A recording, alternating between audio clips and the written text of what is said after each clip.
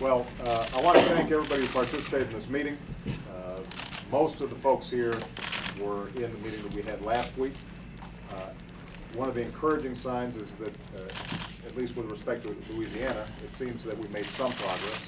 The most obvious area of progress was coming out of the meeting last week, trying to bridge what seemed to be differences with respect to the berm, the barrier islands that Governor Jindal had proposed, and we now have that authority, and dredging is beginning, and now we want to make sure that BP is paying up, but it seems like we're making progress on that front. I know that a lot of the press may be curious about what's happening in terms of the attempts to cap the well. I don't want to go into the technical details here. I would prefer Thad to give an update when he has had a chance to talk directly with command and control about what's happening there. But it does appear that the cap, at least for now, is holding, that some hydrocarbons are being sent up to the surface, and that they're slowly ratcheting up the amount of oil and gas that's being extracted. They're doing it carefully so that they don't dislodge or disrupt the cap in some fashion. We will know more over the next 24 to 48 hours, and it is way too early to be optimistic. But we're just going to keep on monitoring it, and Thad will give you a more thorough briefing when he knows more. We spent a lot of time here just talking about the logistics of the response on the shore as oil begins to come in. And everybody here has particular concerns because we've got limited resources. We're trying to get more boom, for example, into the places that are needed. We deployed initially a lot of boom here in Louisiana. That meant that some in Alabama wasn't where it was supposed to be. Governor Riley has been appropriately concerned. That's a mild way of putting it, about what's being done with respect to Alabama plans. And what I told him was that Thad Allen will be meeting with him individually with respect to the Alabama plan, and if he's not satisfied with the answers that are given over the course of this weekend, then he's going to call me, and we're going to meet and sort this out. Here in Louisiana, where the oil is hit most rapidly, there are still areas where, for example, the mayor here was talking to fishermen. They want to try to build up some barriers to estuaries and areas that are particularly vulnerable. Thad Allen is going to be following up with each of the parish presidents in terms of figuring out what's going on. One of the things that we've done to make sure that organizationally things are working the way they should is we now have a Coast Guard official who is stationed with each parish president, and we actually have a BP representative who is stationed with each parish president so that they have direct access to making sure that any information, any problems that they've got are immediately being shot up to Thad, and he can respond quickly. And we want to set that up, not just in Louisiana, that's true in Alabama, as well as in Florida. We want county equivalents to have that same kind of representation and rapid response. We also talked about claims, and this is an area where I think everybody has a lot of concern. My understanding is that BP has contracted for $50 million worth of TV advertising to manage their image during the course of this disaster. In addition, there are reports that BP will be paying $10.5 billion, that's billion with a B, in dividend payments this quarter. Now, I don't have a problem with BP fulfilling its legal obligations, but I want BP to be very clear. They've got moral and legal obligations here in the Gulf for the damage that has been done. And what I don't want to hear is when they're spending that kind of money on their shareholders and spending that kind of money on TV advertising, that they're nickel and diming fishermen or small businesses here in the Gulf who are having a hard time.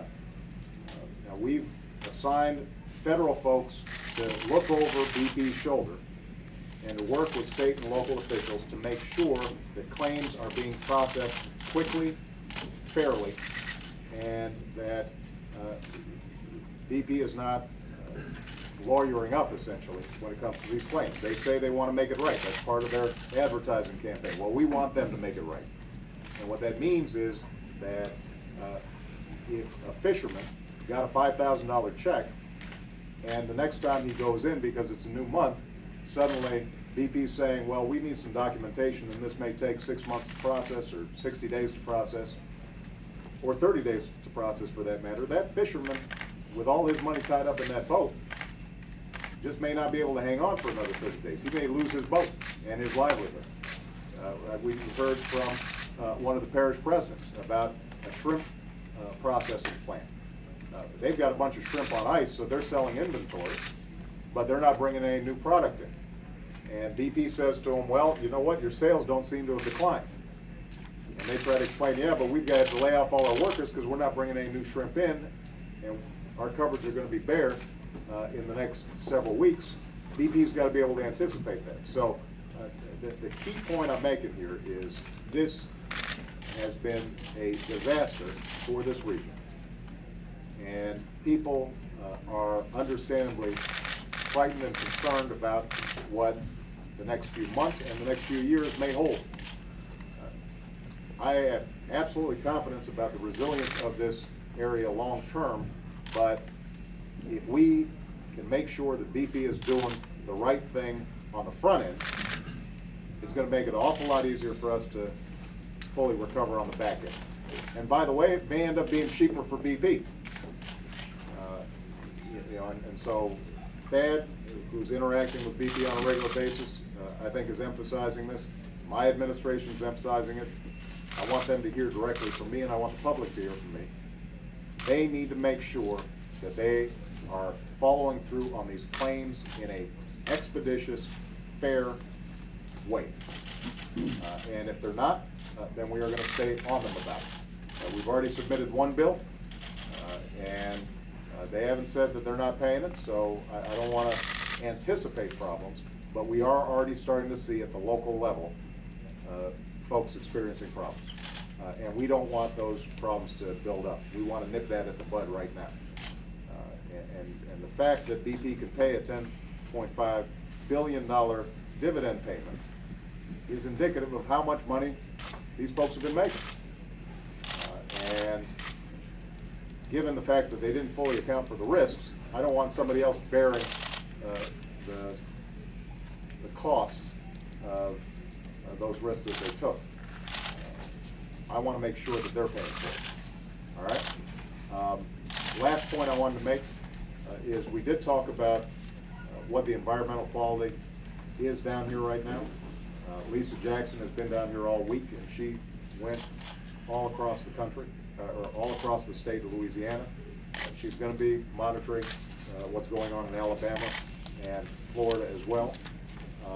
So far, the air quality, water quality is continually being tested and doesn't seem to be much elevated above normal levels. But I want to emphasize something that she just told us, and that is people who are on site involved in cleanup,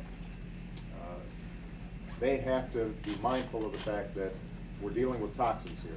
This could be, this could make people very sick if they're not careful. They've got to get the appropriate training. They need the appropriate equipment. If they get sick, we now have health centers that are stationed at each of these points. Lisa, you want to talk about that briefly? Yes, sir. We have health and safety officers and stations at each muster point. So if someone does come back in and feel in any way that they've been exposed, or even if they just don't feel well, the first thing to do is to report it, sir, so that we have a record of it, we can track it down, and we can ensure that they're not in any way penalized for reporting and making sure that they put their health and the health of their family first. Okay. Again, I want to just emphasize everybody down here, every local official, every state official is working as hard as they can. Our federal teams are working as hard as they can. There are still going to be glitches in the response. There's still going to be arguments and disagreements. between local and state and federal, between everybody in BP, between states and states in terms of how we're allocating some of these resources. But I think that Thad Allen has committed to me and the people of the Gulf that we're going to cut through any bureaucratic red tape, any problems that we've got, and we will fix problems that have been identified.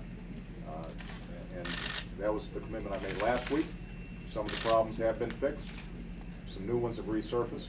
We'll fix those too, and we'll keep on coming back until we have dealt with an unprecedented crisis. But I'm very thankful to everybody for the constructive meeting and the constructive approach that I think everybody's taken in terms of solving this problem. All right? Mr. President, what did you say to the parish presidents about the difficulty, the economic difficulties from the drilling moratorium? We had a conversation about that as well, and what I told them is very simple. When I made the decision to issue the moratorium, we knew that that would have an economic impact. But what I also knew is that there was no way that we can go about business as usual when we discovered that companies like BP, who had provided assurances that they had fail-safe, backup, redundant systems, in fact, not only didn't have fail-safe systems, but had no idea what to do when those fail-safe systems broke down. Now, I announced this week that Bob Graham and Bill Riley, two respected individuals who have experience both on the environmental side as well as in the energy sector, are going to be examining over the next 6 months what went wrong, but more important, forward-looking, how do we, in fact, increase domestic oil production without seeing the kinds of disasters that we are all witnessing on television day in, day out.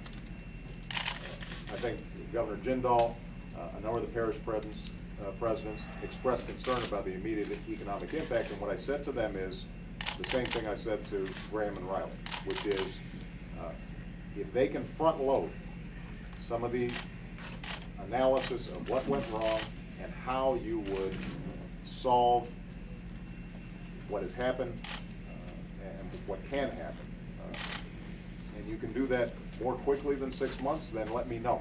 Don't hold the results of your review for 6 months and then tell me.